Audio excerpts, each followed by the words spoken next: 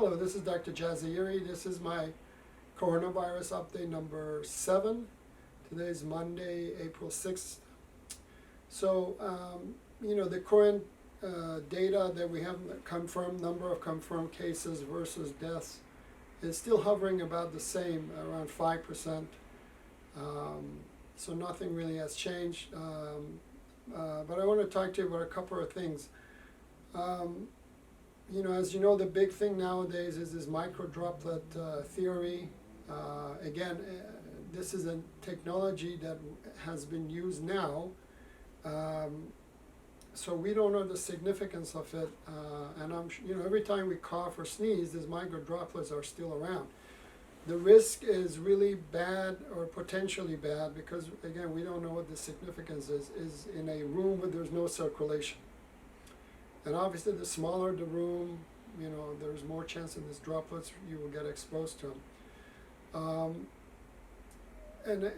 Now they're recommending that people wear masks, which is fine. But then they're saying that anything, you can put a non-surgical mask as well. There is some data that it does better than nothing, but the problem is now public hysteria is forcing the government to recommend things that haven't been scientifically proven, and that's kind of my concern because it may give people a sense of security which is false. For one thing, even if you do wear a surgical mask, you have to throw it away after you have it on that day. You cannot reuse it. It's already not going to work as well. And then the second problem is finding these masks. As you know, they're hard to find and they've gone very expensive. So, and again, there's this talk that if people breathe, they can potentially get this infection. That seems really far-fetched. Again, if we look at the cruise ship data, as I told you, the significance of that was that everybody got tested, and so we could look at the whole population, how many got infected, how many passed away. So there were over 3,700 people on that boat or on that cruise, and 20% got infected, a little bit less than 20%, and 8% passed away. So I'm not sure if you've ever been on a cruise ship. I have, and when it's dinner, there's this huge salon. And everybody shows up because people like to eat for free. Even though it's included in the price, they think it's free and they can drink whatever they want. So everybody shows up. And then you have the staff that's in contact with all the passengers, and the staff goes in and out to the kitchen. So, pretty much everybody in the ship is exposed for several hours in this room. And so I would think if these droplet theories were really significant to the point that they would pass the infection on, I would expect more than 20% infection rate.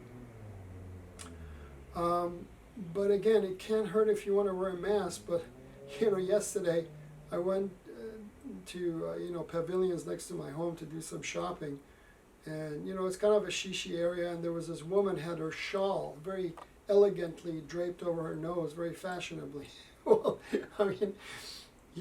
that's not, it may look chic, but it's not functional for there are some studies, they've looked at filtering contaminated water in poor areas, and they found that if you have a cotton, undershirt, which is what I'm wearing here, if you put 7 of those together, then you have an effective filter system. So most of the clothing that we wear, have these holes in them. So, if you do want to wear a mask, you really probably have to layer it, a bunch of layers, and they will be very thick and probably heavy, I would think. But if you want to go that route, you have to, I think, sew them together so you have multiple layers, and then you have to wash it every time you go home. Preferably with bleach, dilute bleach. But I just wanted to talk to you about that. I've been talking about vaping as a potential contributing factor, especially in these young people who are healthy and they're dying. I finally emailed the National Institute of Health yesterday. I was hoping they would give me a personal response, whether they're looking into this or not. They just sent me I guess they had something already prepared saying that, yeah, vaping and smoking, and if you have lung problems, since this affects the lung, you're at high risk. So, they didn't really answer my question, but again, if you're vaping or smoking, please stop, and this may be a good time for you to quit forever. Now, this was interesting. I found this, actually a friend of mine sent this article, and this is from the Scientific American, so it's a reputable source. In 2009, probably after the H1N1 flu, the swine flu, which came out that year, there was a global project started called PREDICT, PREDICT, where scientists, including Chinese scientists from all over the world, agreed to work together, and this was funded by the government, to look at potential viruses which may become pandemic. And so they were looking at areas where there is large animal to human interaction, especially wild animals. So for example, edge of a forest, the Amazon forest, where people are killing these trees or breaking them down to make new homes, and these markets in China. And so they looked specifically at rats, bats, and monkeys because they seem to have the highest viral load. And they were trying to find these viruses that could potentially mutate and infect humans. Great idea. And actually in 2017, one of the people from Hong Kong, one of these scientists from Hong Kong, predicted that there was going to be a mutation of the CoV, the original CoV virus, which was a SARS virus, which then happened in 2002, 2003. And then we're really, there's going to be a time bomb, is what the article had quoted.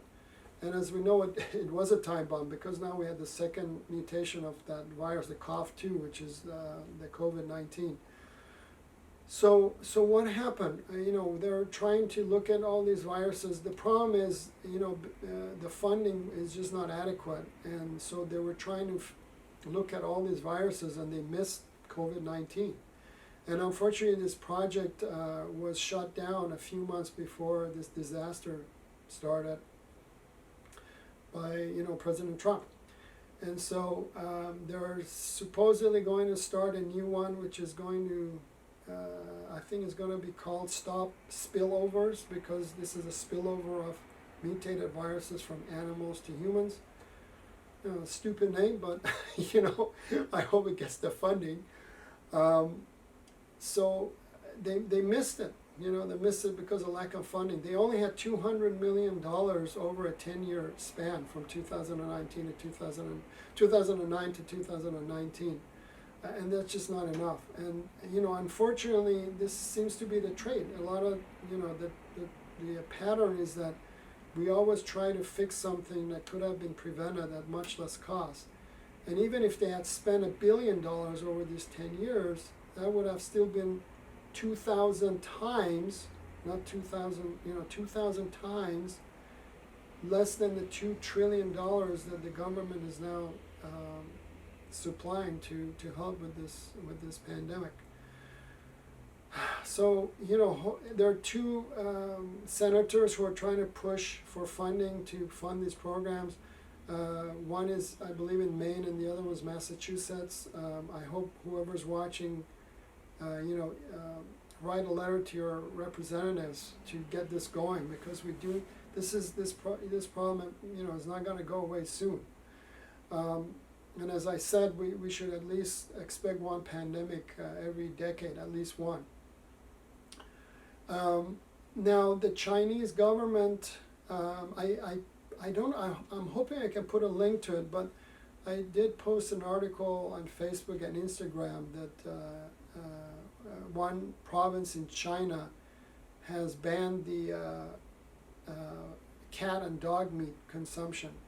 And even though it's not, a lot of Chinese don't eat cats and dogs, but because the population is so large, it's still millions of cats and dogs. And in that article, it was also mentioned that China has now banned these exotic animal markets, the one that was in Wuhan. The problem is, they did that when SARS came and H1N1 came, but, as I mentioned in my previous videos, these markets are a multi-billion-dollar industry and they have a very powerful lobby. And so I'm hoping, that this, when they don't reopen. So the last pandemic, as I talked to you about from China, was I believe the H1N1 swine flu in 2009. But China now has a different role in the world's economy.